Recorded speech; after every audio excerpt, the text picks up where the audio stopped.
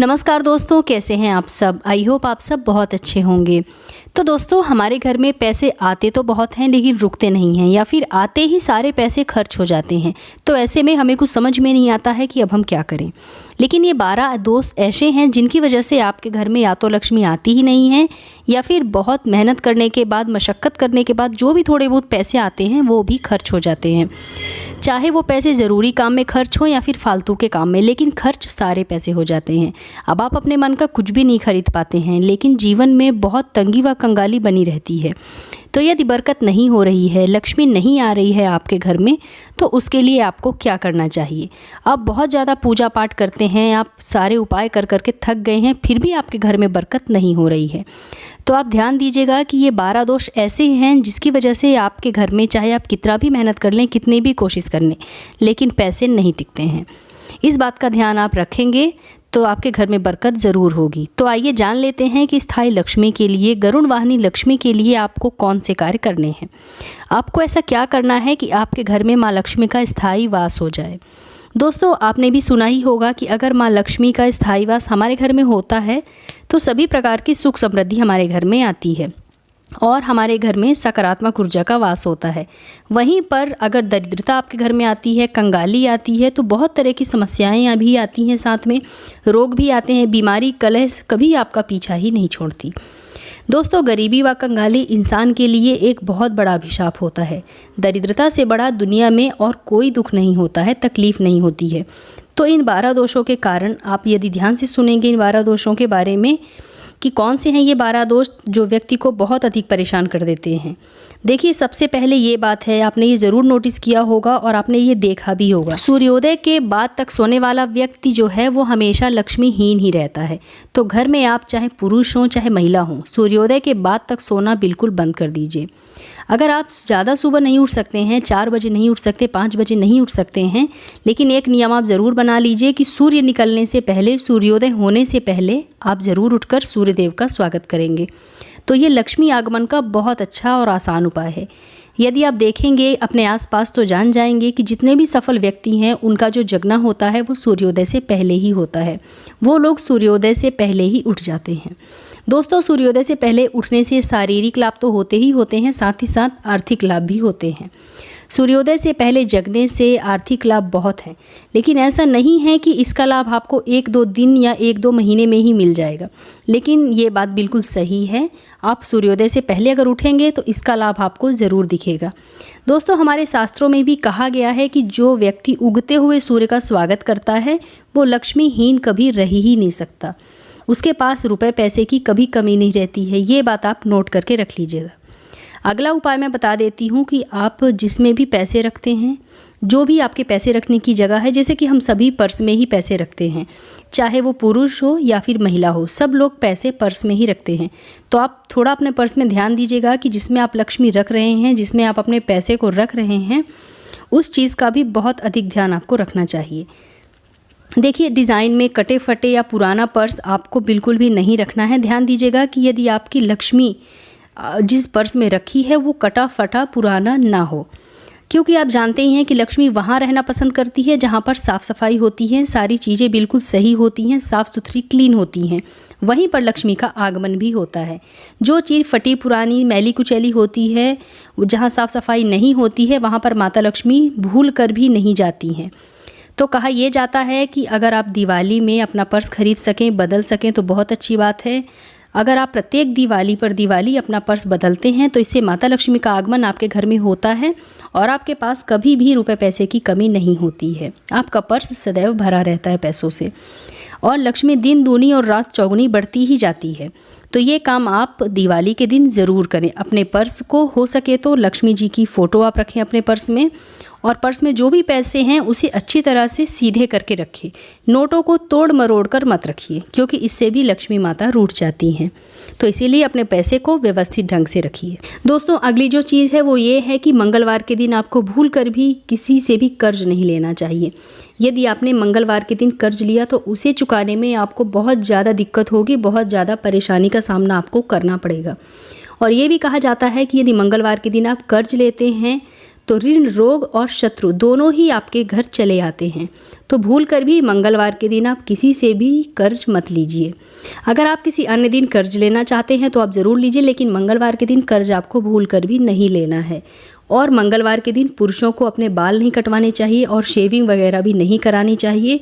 वहीं महिलाओं को भी इस चीज़ का ध्यान ज़रूर रखना चाहिए पुरुषों के साथ साथ कि मंगलवार के दिन उन्हें अपने बाल नहीं धोना चाहिए, बाल नहीं कटवाना चाहिए और थ्रेडिंग वगैरह भी नहीं बनवाने चाहिए।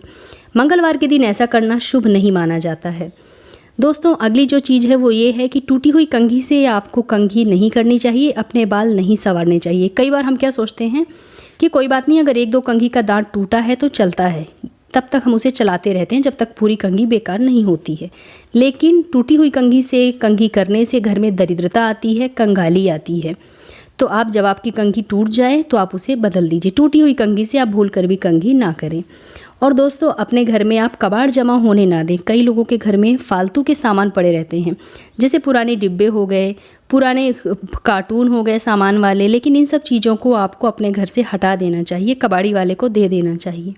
क्योंकि जहाँ पर खाली डिब्बे होते हैं, फालतू का कबाड़ जमा होता है, वहाँ पर राहु का वास होता है। घर में अगर टूटे बर्तन हैं, जिन बर्तनों में छेद हो गए हैं, जिन्हें आप खाना खाते हैं, जिन बर्तनों में पानी पीते हैं, तो ऐसा करना बंद कर दीजिए। उन बर्तनों को अगर आप यूज़ करते हैं तो उन्हें यूज़ करना बिल्कुल बंद कर दीजिए, बदल दीजिए उन बर्तनों को और उनके बदले में आप नए बर्तन ले लीजिए। क्योंकि इन बर्तनों को यूज़ करने से हमारे घर में दरिद्रता आती है। दरिद्रता आने का सबसे बड़ा कारण यही है टूटे हुए बर्तन में भोजन करना। इसलिए कबाड़ इकट्ठा करने से आप बचें और समय समय पर अपने घर का कबाड़ और टूटे फूटे बर्तन निकालते रहें। और घर में बहुत ज़्यादा जूते चप्पल भी हमें नहीं रखने चाहिए। जो आपके काम के हैं, आप यूज़ करते हैं, उन्हें ही रखें। लेकिन जो बच्चों के जैसे जूते चप्पल छोटे पड़ गए हैं, हमारे घर में पड़े रहते हैं, तो उन्हें आप मत रखिए, जमा करके उन्हें फेंक दीजिए। और जो टूटा हुआ है उसे निकाल दीजिए, क्योंकि ज़्यादा कबाड़ घर में होने से नेगेटिव ऊर्जा हमारे घर में बढ़ती है।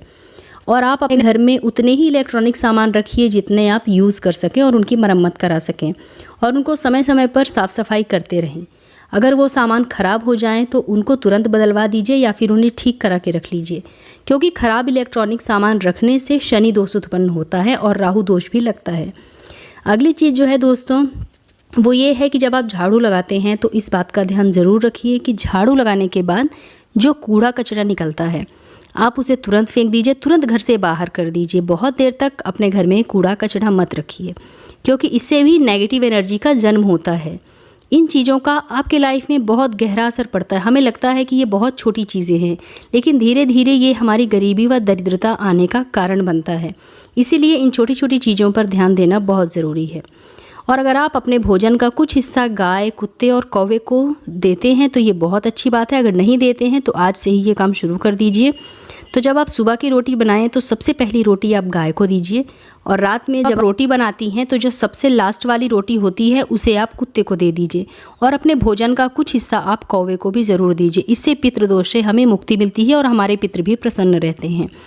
या फिर अगर आप नहीं दे पाते हैं तो फिर छत में थोड़े बहुत कच्चे अनाज भी आप चिड़िया कौवे के निमित्त दे सकते हैं। उसे कोई भी खाए, चिड़िया खाए, कौवा खाए, इससे कोई फ़र्क नहीं पड़ता। तो आप कच्चे अनाज भी थोड़े बहुत छत में आप डाल सकते हैं। इससे भी आपके घर में बरकत बनी रहती है। तो ये काम आपको प्रतिदिन करना चाहिए। ऐसा करने से हमारे ऊपर माता लक्ष्मी की कृपा बनी रहती है और कभी भी आपको कंगाली का सामना नहीं करना पड़ता है, और हमारे पितृ भी हमसे प्रसन्न रहते हैं। और अगली जो चीज़ है दोस्तों वो ये है कि अमावस्या व पूर्णिमा के दिन आपको अपने घर की दहलीज को अच्छी तरह से साफ़ सुथरा करके उसमें स्वास्तिक बना देना चाहिए व दहलीज पूजन भी करना चाहिए। ऐसा करने से माँ लक्ष्मी का आगमन हमारे घर में होता ही होता है। लक्ष्मी जी के आगमन का इससे अच्छा तरीका कोई दूसरा नहीं है। तो दोस्तों, अमावस्या व पूर्णिमा के दिन व गुरुवार के दिन अपने घर की दहलीज को अच्छी तरह से साफ़ सुथरा करके रोली से या फिर हल्दी से आप अपने घर के मुख्य दरवाजे के दोनों साइड स्वास्तिक ज़रूर बना दीजिए। और संध्या के समय अपने घर में कुछ सुगंधित धूप दीप, आप अगरबत्ती वगैरह ज़रूर जलाएं। इससे माता लक्ष्मी आकर्षित होती हैं और हमारे घर में आती हैं। फिर पूजा अर्चना करने के बाद पूरे घर में धूप दीप दिखाइए व माता लक्ष्मी के मंत्रों का जप करिए। और शाम के समय अपने घर के मुख्य दरवाजे पर एक दीपक जरूर जलाएं। दोस्तों, यकीन मानिए, ऐसा करने से माँ लक्ष्मी का आगमन आपके घर में होता ही होता है। और आप देखेंगे कि आप जो भी काम कर रहे हैं, व्यापार कर रहे हैं, नौकरी कर रहे हैं, उसी में आपकी बढ़ोतरी हो रही है, आय के नए रास्ते भी खुल रहे हैं। दोस्तों आखिरी और बहुत ज़रूरी बात यह है कि अगर आपके द्वार पर कोई याचक आता है, कोई कुछ मांगने आता है, तो आप उसे हमेशा कुछ ना कुछ देकर ही विदा करें। खाली हाथ उसे अपने द्वार से बिल्कुल ना लौटाएं। दोस्तों मैं ये बिल्कुल नहीं कहूँगी कि आप अपनी आमदनी से अधिक दान करें या फिर कोई अगर बहुत अधिक मांग रहा है तो आप उसे संतुष्ट करें, लेकिन आप अपनी आय व अपनी शक्ति के अनुसार थोड़ा बहुत ज़रूर दान करें, क्योंकि कहा गया है कि ना जाने किस रूप में नारायण मिल जाए। क्योंकि हम तो जानते नहीं हैं कि किस रूप में भगवान हमारे द्वार पर आ जाएं, इसीलिए हम सबको भगवान की नज़रों से ही देखें, सबको हम भगवान ही माने। इसीलिए जो भी है हमारे पास उसी में से थोड़ा बहुत हम उसे दान करें। तो आप ये कोशिश ज़रूर करें कि जो जितना भी हो सके आप उसे ज़रूर दें। तो दोस्तों ये वो 12 बातें हैं जिन्हें आपको ध्यान ज़रूर रखना चाहिए। इन नियमों का पालन करने से इनका असर धीरे धीरे ही सही लेकिन होता ज़रूर है। इनसे आपके घर में बरकत बनी रहती है। तो जिन घरों में इस तरह की चीज़ें होती हैं, इस तरह की बातों को अपनाया जाता है, उस घर में बरकत होती ही होती है और कभी भी धन वैभव की कमी उस घर में नहीं होती है। इसका असर आपको 10-15 दिन में देखने को नहीं मिलेगा, लेकिन आपको धीरे धीरे अपने घर में बदलाव ज़रूर नजर आएगा कि अब आपके घर में बरकत होने लगी है, माता लक्ष्मी का स्थायी वास होने लगा है। तो इन नियमों का पालन आप ज़रूर करें। तो दोस्तों उम्मीद करती हूँ कि मेरे द्वारा दी गई जानकारी आप लोगों को ज़रूर पसंद आई होगी। अगर आप लोगों को मेरा आज का वीडियो पसंद आया हो तो इसे लाइक कीजिए, अपने फ्रेंड्स एंड फैमिली के साथ शेयर कीजिए और अगर आप मेरे इस चैनल पर पहली बार आए हैं तो मेरे चैनल को सब्सक्राइब करके बेल आइकन ज़रूर प्रेस कर दीजिएगा, जिससे कि आपको मेरे नए वीडियो की नोटिफिकेशन सबसे पहले प्राप्त हो।